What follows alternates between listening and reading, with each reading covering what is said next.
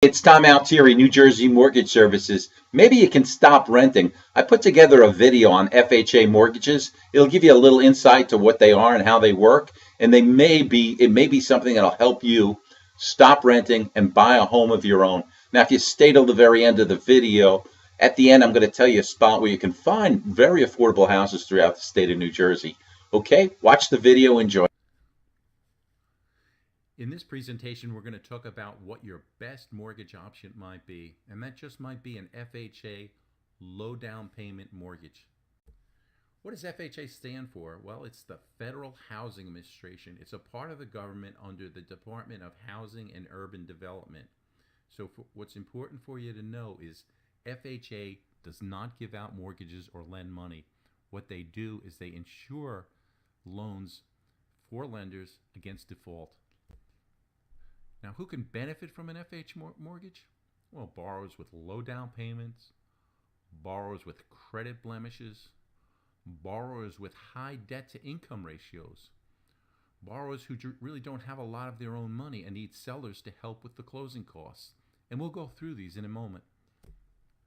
Now, with a low down payment, the guidelines for an FHA mortgage is you need 3.5% down payment. So an example would be if you were borrowing $200,000 or you bought a property for $200,000, you need $7,000 down payment.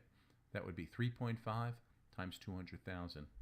Now, for those folks who don't have the $7,000 in savings, guidelines allow a gift, and it can be from a family member, it can be from an employer, it can be from an acceptable charitable organization, it can be from the government or local housing grants. Now, one of the other benefits of a FHA mortgage is, they allow for not perfect credit.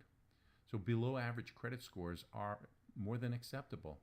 You can get an FHA mortgage with a credit score down to 580 without any additional down payment.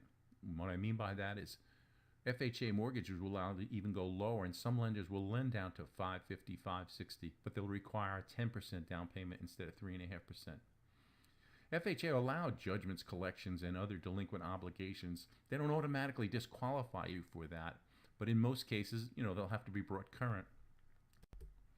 Now, cash to close. Sometimes, borrowers really, they just have about enough money to buy the house with the 3.5% down, maybe a little bit of money in reserve. What FHA allow you to do is allow the seller to pay up to 6% of your actual legitimate closing costs and prepaids. Closing costs, for example, would be your attorney fee, your title, recording fees, items such. Prepaids would be your escrow account, prepaid interest. Now, an example of a borrower who may be looking to borrow $200,000. They may need, and this is just for example purposes only, these are not the actual costs, they may need $5,000 to $8,000 in closing costs and prepaids. The nice thing about an FHA mortgage is this can be negotiated as part of the contract. And let's do an example of that also. So you look at a house and the borrower or the seller wants $280,000 for the property, and it's worth $280,000, but in part of your negotiating you say to the seller, hey, I'll give you $280,000. I only want to pay $275.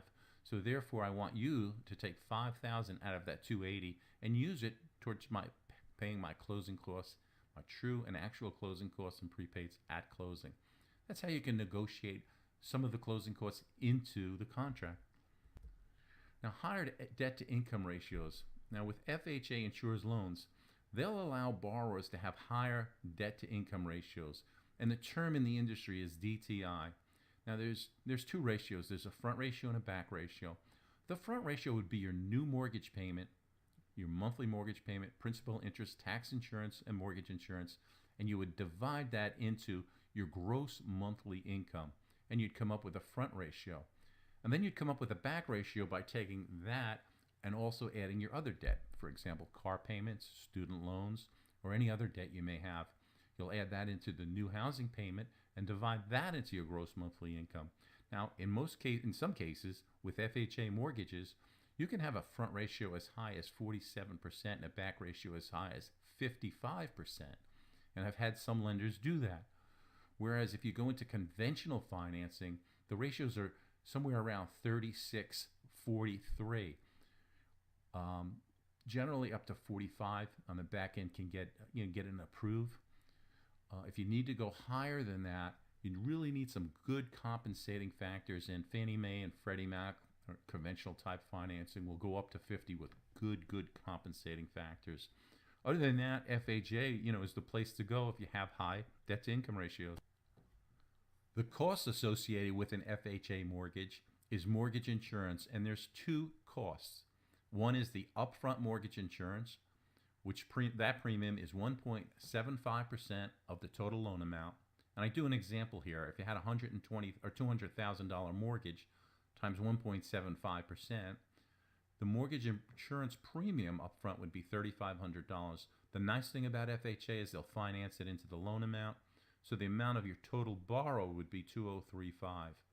Then there's an annual premium that has to be paid, and that's 0.85%. And what happens there is that's paid on a monthly basis. So if you took $200,000 times 0.85 and divided by 12 months, you'd come up with a monthly premium payment of $141.66 on a $200,000 loan.